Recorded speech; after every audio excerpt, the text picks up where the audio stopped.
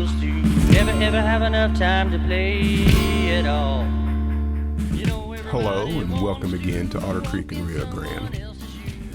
I'm at the point now where I'm actually going to start staging. I've got all the materials I need to begin construction, and I thought it might be a good idea to revisit the old track plans, maybe even have a moment of silence for the ones that didn't make the cut. So I'm going to go ahead and show you how I got from the beginning to where I'm at now. So this is the original track plan that I had. This is actually an in-scale track plan.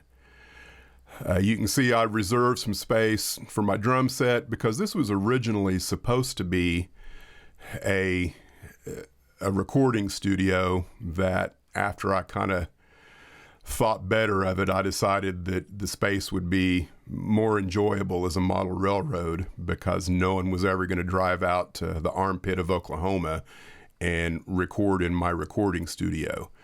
So, and I'm glad I did that. I'm getting far more enjoyment out of the model railroad than I ever would have out of a recording studio. And I think this track plan would have been very successful because it wasn't overly complex. My staging was going to be on the back side of this wall that doesn't actually exist now, but I think that this would have worked very well. This was two separate staging yards because there was going to be underground staging underneath here. I'm not going to get into detail of what this was supposed to be, but you can just kind of see this is how it started. So this track plan is the first one that I kind of decided I would actually try and build. This is, again, it's based on the Colorado and Midland, and I also tried to add all of this green stuff is narrow gauge. This is before I really decided to make the complete switch to narrow gauge. So all the black track is standard gauge and the green track is narrow gauge. And really, I compacted way too much stuff into one area. I think this radius right here was a 15-inch radius, which probably never would have worked. And, you know, I had all of this right here, all of these tracks going over top of each other. And I also had hidden staging underneath here that probably wasn't going to work. It was just going to be overly complex. So I scaled back. So this was my next revision. And at this point, I had decided that I was going to go pretty much 100% narrow gauge. And whereas the previous track plan, all the green track was narrow gauge and the black track was standard gauge, I swapped that around. So the standard gauge is the green track and the black track is narrow gauge. Again, I still had track underneath here, and I had all of this stuff in here kind of coming together in a place, which was just really a bad idea. And the biggest issue that I had with this track plan, even if I could have made all of this work and get the elevations right for a staging yard underneath this area here, I still was losing sight of the train at like almost every peninsula. So, you know, if you come along here, it goes into this tunnel. You have to walk all the way around the peninsula to pick it up here. And then when you get here, it goes into this tunnel. You have to go all the way around here to pick it up here. And then you go back around here and it goes in to this tunnel, which then goes into staging underneath here. So, you know, I really didn't like that. And it was at this point that I really decided I needed to completely take a whole different tact in how I was going to do it. So I started doing some research on track planning, and I actually reached out to Peter Lloyd Lee, who is a master track planner. If you haven't checked out his YouTube channel, you should, especially if you're thinking about designing your own track plan. He's got just a whole slew of great videos and how he approaches what he does. I strongly suggest that you go check that out if you're thinking about designing a track plan yourself. When I reached out to him, I found out that it was going to be a complete year, probably, maybe even longer, before he could even start to work on my track plan. So that just wasn't going to work for me. So I did some more researching, and I found another, I think it was a website called The Track Planner. And this particular gentleman has 7 design elements that you want to keep in mind whenever you're designing a track plan. And that's what I went with, plus, kind of what I learned from Peter. Is keeping those things in mind as I began with my next installment of the track plan.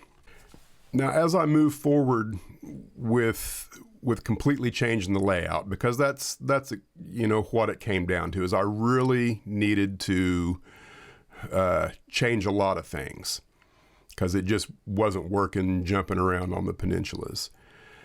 I had to figure out what exactly I really wanted. And so I kind of narrowed those down to 3 things that I absolutely was non-negotiable for me.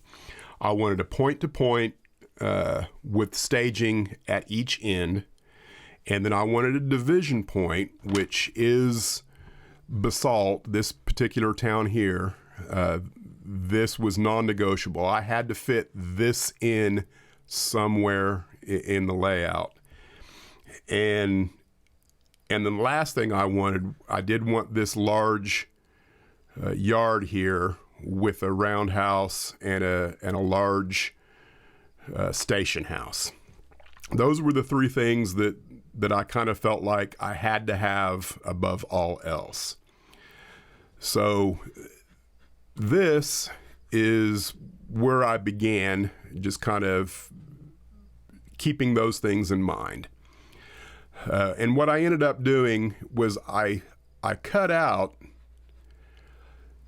this section right here and just kind of began moving it around in the room and the space, and started thinking out of the box of where else I could put it besides, the peninsula that it had always been in. And then the other thing that I did was, of course, I kept the 7 design elements in mind. And the first one is walk along main lines, which is where I was having the biggest problems in my previous design. It's because I was having to skip around peninsulas everywhere. So I really made an emphasis on making sure that everywhere the main line went, I was walking along beside the train.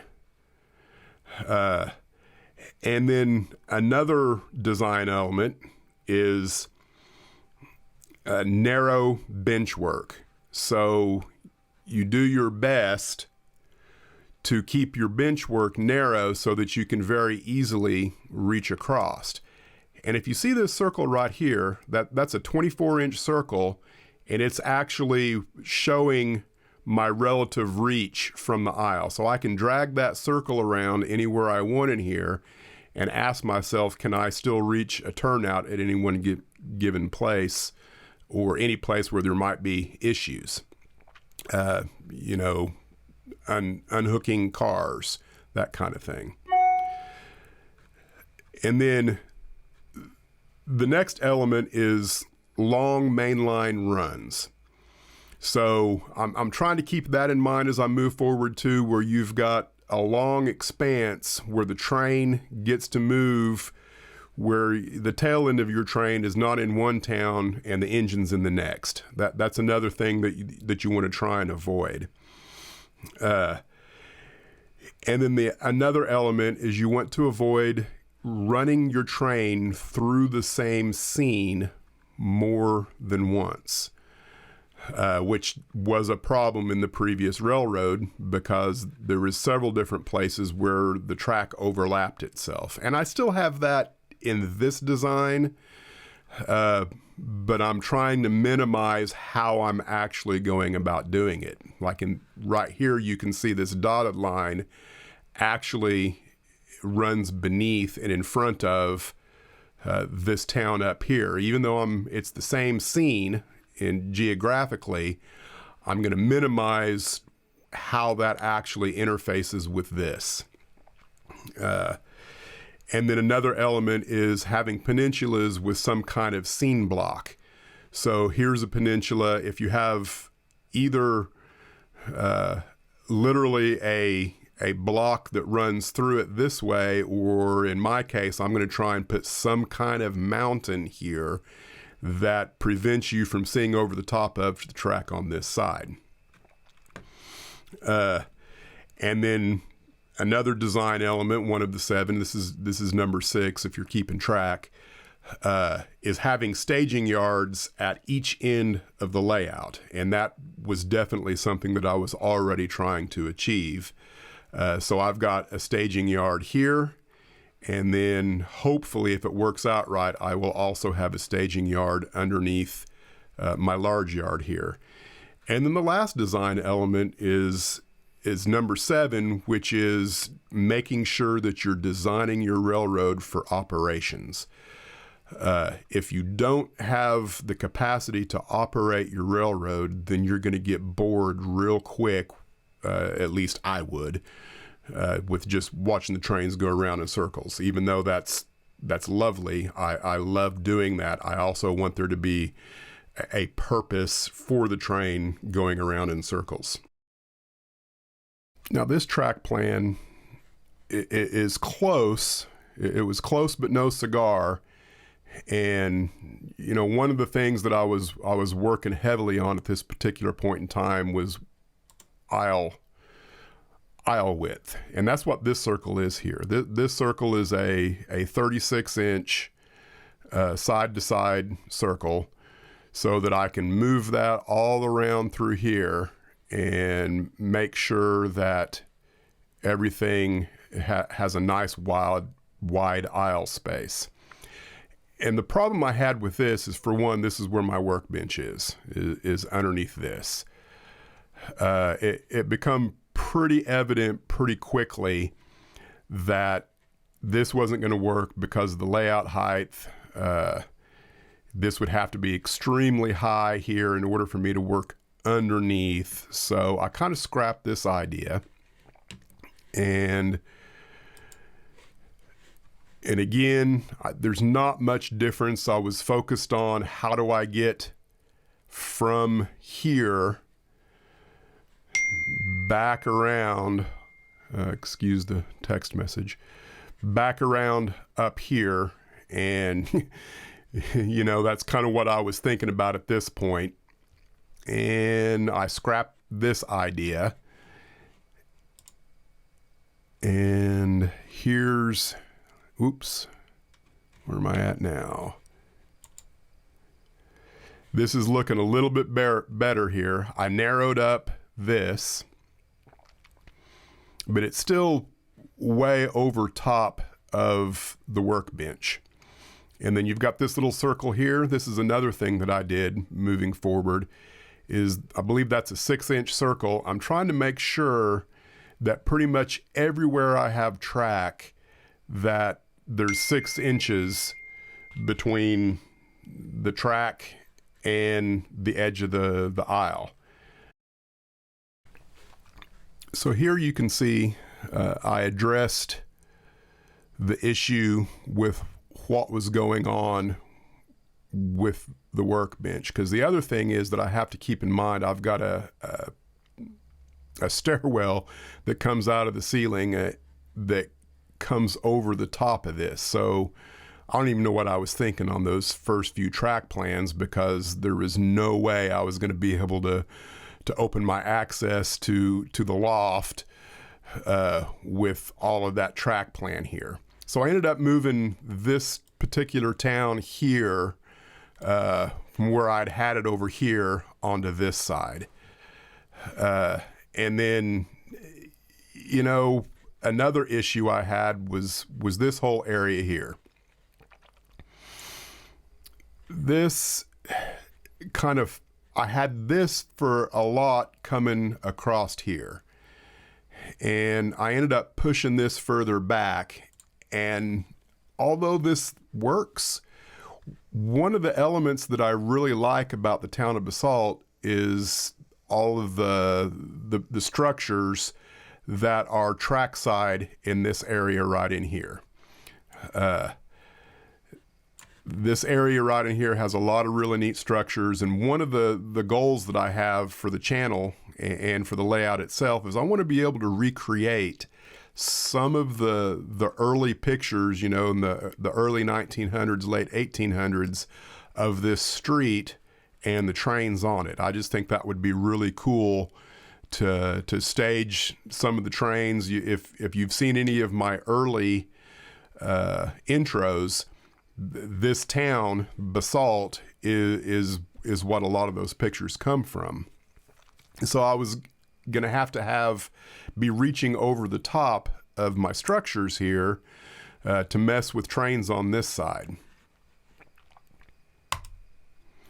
So here's a different view, and this is real close to what I've got going on right now, but there were still some problems with this, and the main thing that I didn't like, again, was reaching over the buildings, and so that leads me to where I'm currently at with the track plan.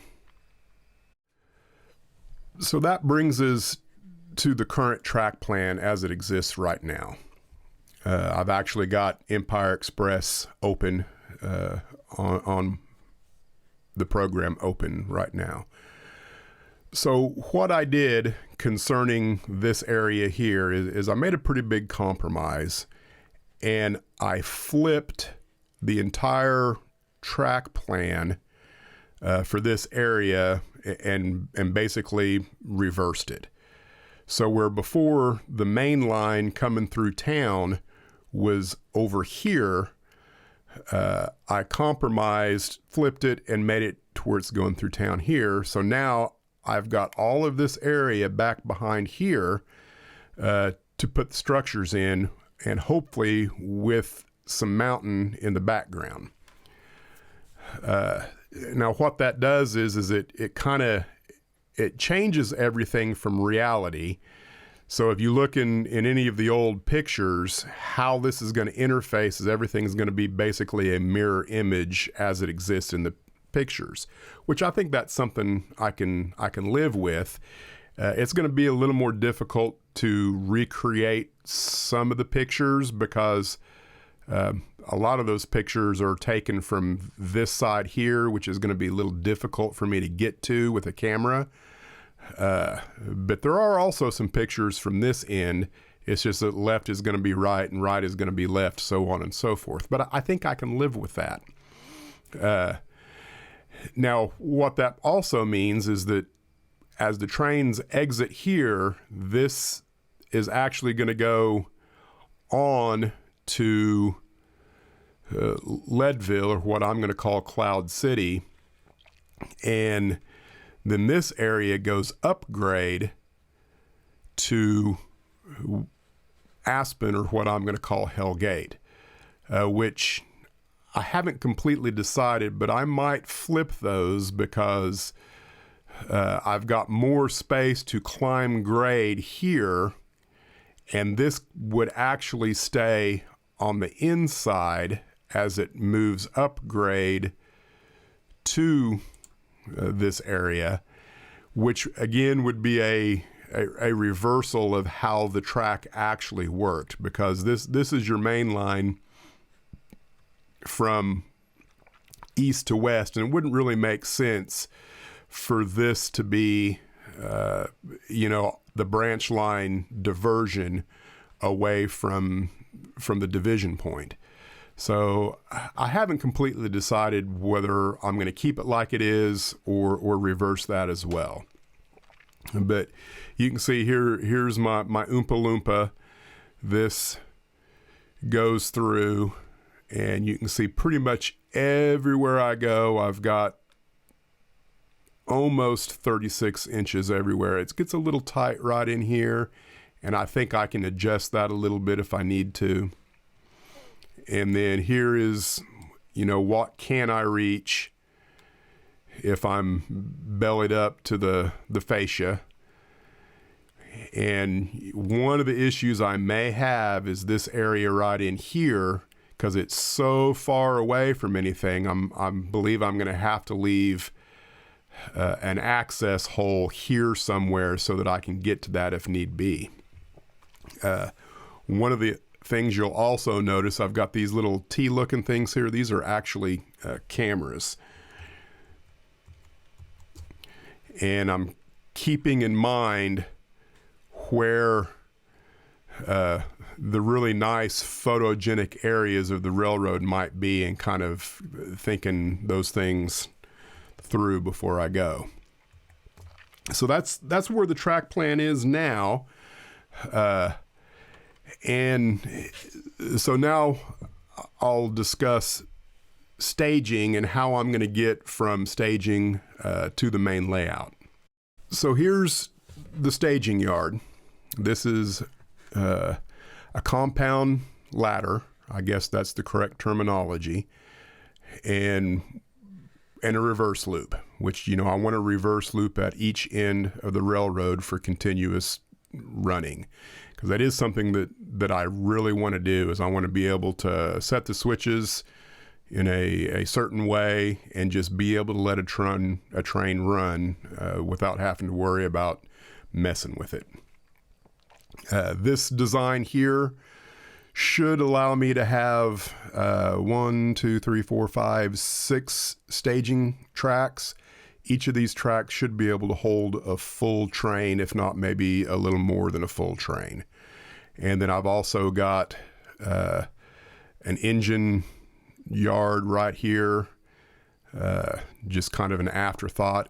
And at some point, I may even consider, if I think it's necessary, have another switch, and I could create another few dedicated tracks off in the middle here, just for maybe specialized trains, something that maybe you wouldn't run all the time, but just occasionally. I don't know, specialized trains, maybe just, a full reefer train or a full tank train, something along those lines. You can see I'm kind of considering this area here for my computer interface.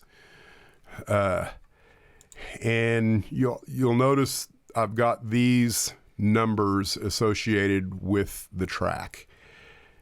And so what I'm doing right now, and what I have done, is I've tried to take careful consideration where I begin staging, because the height of staging, how it interfaces with the rest of the railroad, is pretty crucial. So I figured all of my grades as they exist to each of these numbered points. So if this is 0, what kind of grade can I pull till I get to 1, and so on and so forth. Because one of the things that I've done, and it will probably, if it hasn't already appeared in a video, then it will later, is I've kind of tested what my trains can pull a grade on. And so I've determined that that I can probably get away with a 3% grade anywhere where I have straight track. And then I can probably pull 1.5% grade on an 18-inch or greater radius anywhere that I have a radius. And, you know, it might be convoluted the way I get from here to there. And yes, I'm going to have to island hop to pick up the train here after it leaves staging. But I really am trying very hard to not have a helix. That's just one of those things. I have bad memories of the first helix that I tried to create way back in the late 90s. And I decided then I would never have another helix. Never say never, because I may end up with one here. I haven't decided yet. If I have to put a helix here, I will have to change probably what happens here. But this is what it's looking like right now, and I'll move on to the next segment. So to help facilitate the elevations, I do have this spreadsheet, which I've showed this before. I worked things a little bit differently than I have in the past. But so here is staging, and I've got staging right now figured at 33 inches to the tabletop. That's my 0 point as it existed on the track plan.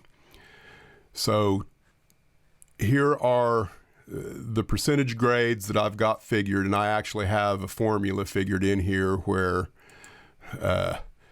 each of these blocks will tell me how many inches at whatever distance I need to come up.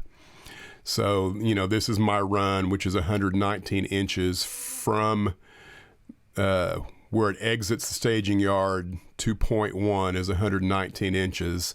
If I go at a 2% grade, that should give me a 2-inch rise in elevation, so on and so forth.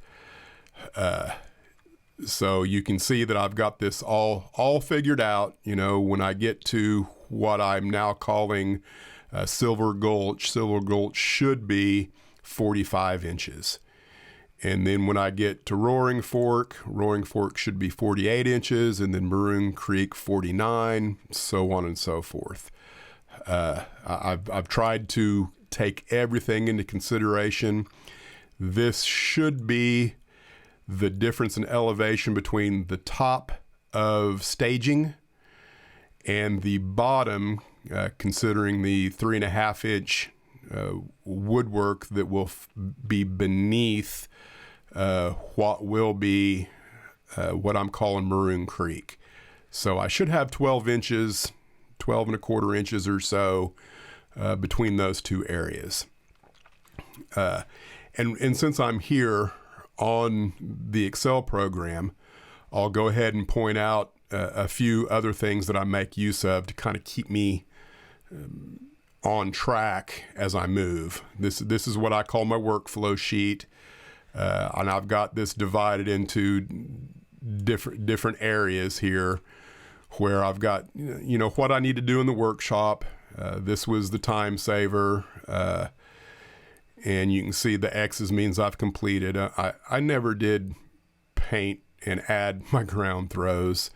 I did do some evergreen trees though. I did weather my track, and I did ballast my track. So I did pretty good there. Structures, I never did put any lights on chilleries.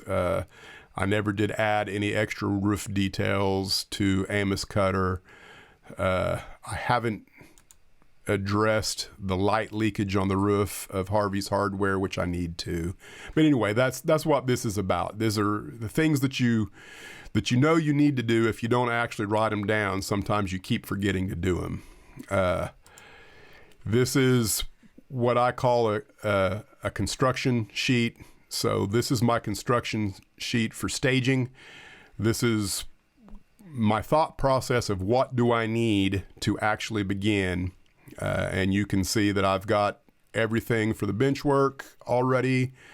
I've got most everything to start laying track. I think I'm about 4 tortoises shy of having the 16 that I need. I've got most of my left-hand turns, if not all of them, already created. And I've got a number of right hands and a curved left hand that I still need to build.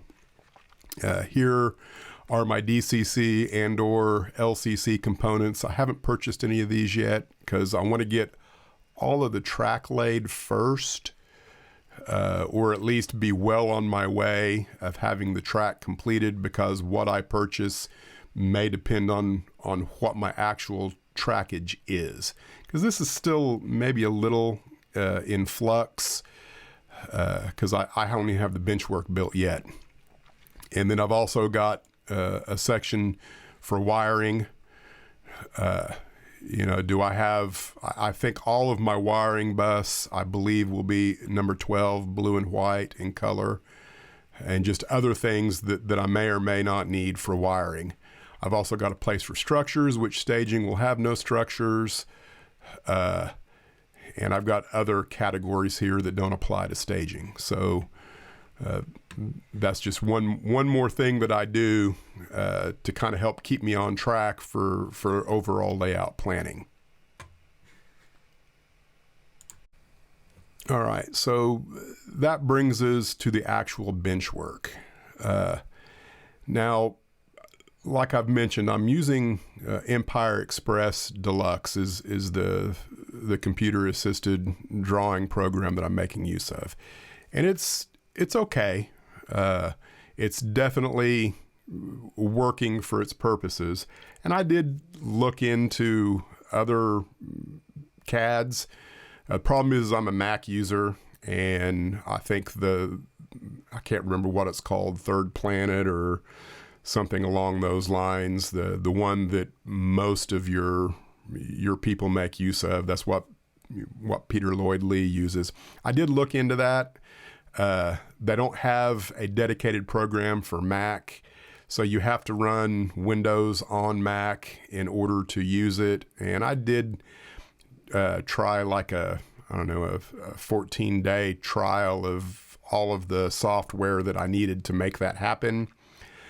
And there was going to be a sharp learning curve in switching CADs, so I just decided not to do that and went with what I've got. And the biggest drawback to Empire Express is there's no layers. So everything I do, I kind of have to copy and paste and put on top of one thing and then the other.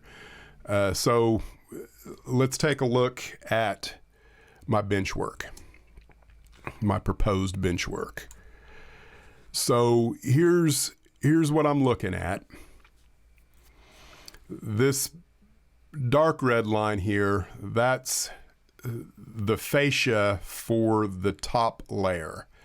So the bench work for staging is all underneath that, and you can see I've got an L girder design here with legs out here, which is a total of 16 feet. You can see that this particular turnout here actually goes past that 16 feet. I'm relatively sure that I can shorten this whole thing up and not have it cause me any problems when I actually go to build it. It's not going to be any huge problem with the design as I go forward. So here, this right here, this is a representation of a full sheet of plywood. And you can see if I lay it in here, my 22-inch reverse loop there is just shy of being on the full sheet of plywood. So what I've decided is I'm going to add this 6-inch sheet that I'll rip off of another full sheet of plywood. It will fit in there, and then this will fit on top of here, and then what I have left over will fit right in here. And then I will cut accordingly along my joists. And that's kind of where I'm at right now. The rest of this is just proposal. You can see I've kind of thought through an access hatch here and how my bench work will interface with the rest of the layout. One of the advantages of having a computer-assisted drawing program is that you can actually mock up what you're going to build for bench work. And I got two different designs here, both of which work on this L girder. And this was the first one, and then here's the second one. And so here's the concept, and this is not my idea. There's a gentleman whose name I can't recall at the moment, but I will share his website. He's building a model railroad, and I'll tell you, he's doing everything absolutely right. Purely superb construction techniques. Everything he's doing is above board. And one of the things that he does is, if this is your plywood base, your sub-road bed, whatever it is, he's actually extending it above his joists by these risers. And this area is glued onto his sub-road bed and then screwed in here with, I think he's using 1/8 inch masonite, which I do have some of that myself. And then you can unscrew these, and then this whole thing lifts up off of your joists, and you can take it to an alternate location, turn it upside down, and do all of your wiring upside down. And I love that idea.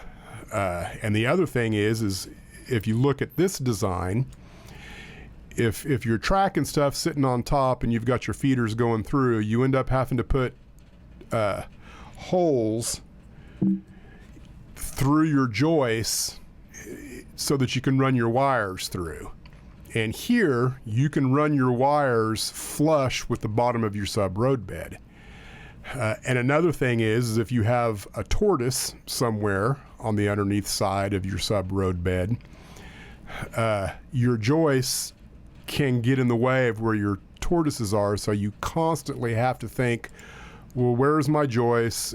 Do I have a tortoise that's going to interfere with where the joist is? Then you have to move your joists, so on and so forth. Here, this design, these can slide back and forth where you want, to where if you need a tortoise right in this area here, you can slide this over a little bit, and so therefore put another one on this side, and it's a lot more modular, I suppose. So this is the design that I'm going to attempt. I would say the only downside to what I'm looking at with this is because I've chosen 3/4 inch plywood, and the reason I've gone with 3/4 inch is just for stability purposes. The 1/2 inch that I've worked with before tends to be kind of wavy, and I want this to be nice and flush and easily leveled. Is the weight. The problem is the weight. To come off and on with any large piece of material is going to be a little bit cumbersome. So after I cut my curves, that I'm going to follow along here, I may actually go in with a router and create handholds to where I can easily lift this off and on and kind of carry through handholds. So that's my plan. We'll see how that actually works when I go to doing it. This area here, when it's all said and done, the idea is that I can turn this upside down on one of my modular workbenches in the shop, do all the wiring after I've done the track work, and bring it back in, set it on top of the joists, and minimize the amount of time I'm working upside down and trying to wire things like on a car scooter underneath a vehicle, only you're underneath a layout. That's the thought anyway. So that's what I'm looking at right now. And I've got one more thing that I'm going to share with you guys to kind of show you where I'm at now. All right, so now that I'm actually ready to start working on staging. I'm ready to start cutting lumber and gluing and screwing. I always want to be thinking ahead to the next thing I'm going to be doing, and kind of, purchasing items and things, in small quantities, so that when you actually get there, you've got either everything you need to start the process, or you don't have to purchase everything at once. So the first place that the railroad goes after it leaves staging is this town here, formerly known as El Jebel. And I'll go ahead and pull it up on my main one, this area here. And, one of the first things you'll notice is that there's a gentle S-curve that goes through the town. That's by design. That's one of the things that Peter Lloyd Lee suggests whenever you're creating a scene. Gentle curves and things that aren't straight, like I had here in Malta, you create more depth and a sense of drama, if you will, in the scene itself.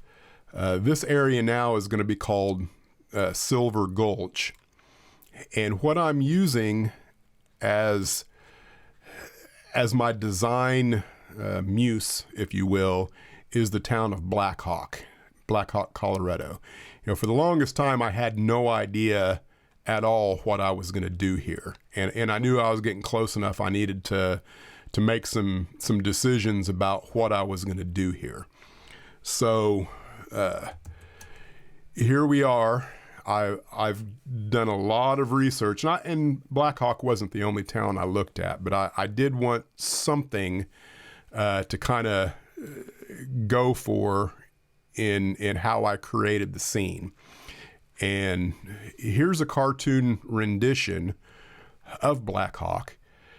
And you can see that this is Gregory Street. And then back here high above it is a church. And I'm not sure what this building is. I haven't read anything on Black Hawk yet. I've only actually looked at the pictures, and I kind of fell in love with the pictures. So there's, I don't know, maybe this is where the pastor lives. I don't know. And you can actually see right here, this is where the Colorado and Southern crossed over top of the town over here. And it looks like there's a small spur here, and down here lower, if I can get it to actually, oops, I can't. But the train actually crosses right in here somewhere as well. So this is kind of what I'm looking at creating. Here's some live pictures, and I think this would probably be sometime before 1880. I'm guessing 1860s. You've got a couple of brick buildings here. This is a brick building. This is a brick building. And then you've got this industry here, which I'm not sure what that is. But you can see the road Y's. It goes this way to another street over here. And then this street here, I don't think it dead ends, but that's where I believe the Colorado and Southern crosses there. We got another picture of it. This again is pre the other building that's up here on the hill.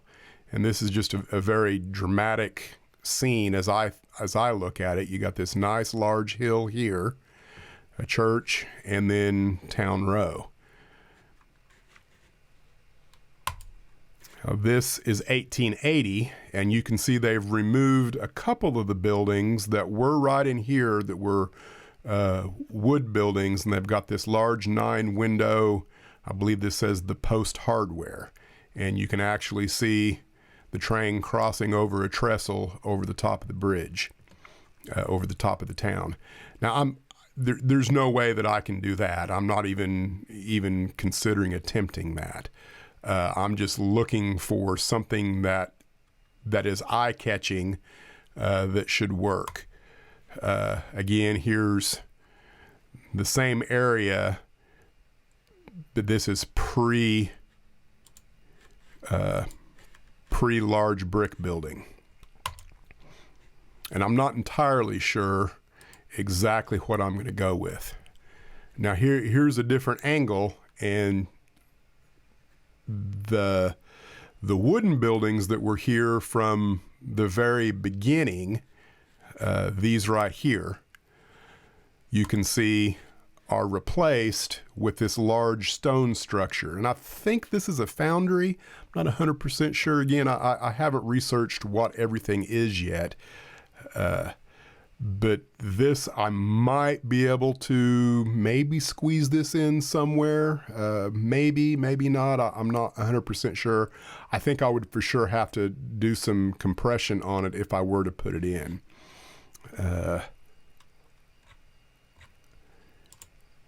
And then here's another picture. This one's not very useful. And here's just a picture of looking up Gregory Street. This is the arched brick building, and then this is the large 9-window brick building. And you can see the trestle there. And then I've also downloaded a picture, a modern day picture. I'm not sure what year this is, but you can see some of these buildings are still standing today, including the church and this building up here. And that brings me to my last photo, which is I think the one that I will use the most. I've already started looking for structures. This one, I think I'm going to try and scratch build this one. It might be a good scratch building project. I'm not sure about the brick building. You know, I've looked around and haven't found anything that is exactly like this that already exists. I'm not sure if I can scratch build a brick building. I probably can. I don't know. And then this area here is where that large stone, I'm going to call it a foundry for just lack of knowledge, sits right in here. And you can see the trackage right here that runs alongside it. So going back to the layout, so here's kind of what I'm looking at right now. This is Gregory Street, and I've just got this kind of blocked off right now. I'm still thinking about this, but if I were to put that large foundry in, it would go right in here somewhere. And I don't know, maybe if I altered a little bit, maybe I could even put a loading dock on this track right here. I'm just still kind of fooling around with how this is going to work. The challenge I'm going to have is, if I want to keep with one of the 7 elements of good layout design, is I need a scene block on the peninsula. You know, my original thought was that I would have a large mountain here, and this side of the peninsula would be one scene, and then this side of the peninsula would be another scene. I don't know that I can make that work and model what I want to model here. So one of the things that I'm considering is, you know, of course there will be a large hill here. This will go up grade, you know, with a switchback here that will bring these 2 buildings here, at least to where the bottom of this building is over the top of the tops of these buildings. And what I may end up doing is looking at my camera views across here. I believe this is, I can't remember exactly. I think this is 45 inches, and then this over here is like 48 inches. This is actually higher than this. So keeping that in mind, how my fascia interfaces here, if I make sure that I've got scenery down beneath the river here, to where if you're at eye level here, what you're looking across at will actually be the mountain and backdrop that exists over here. So that's what I'm thinking about doing right now. Of course, I'm a long ways away from even getting started on this. I've gotten some of the buildings purchased. I've got this right here. I've got this purchased. This will be a Sierra West model. I paid pretty good money for that, but it's going to be beautiful. I can't wait until I get it. I might actually have it in the mail today. I haven't gone and checked yet. These structures right here are also Sierra West. I think this is Railroad Town. And these are pre-ordered. I haven't paid for them yet. But this whole area here, I believe will be fantastic. I'm really looking forward to building these. And then this stuff here will be background material. I may do some wood blocks. I may purchase something. I've looked at a KC Workshop hotel for this particular building here.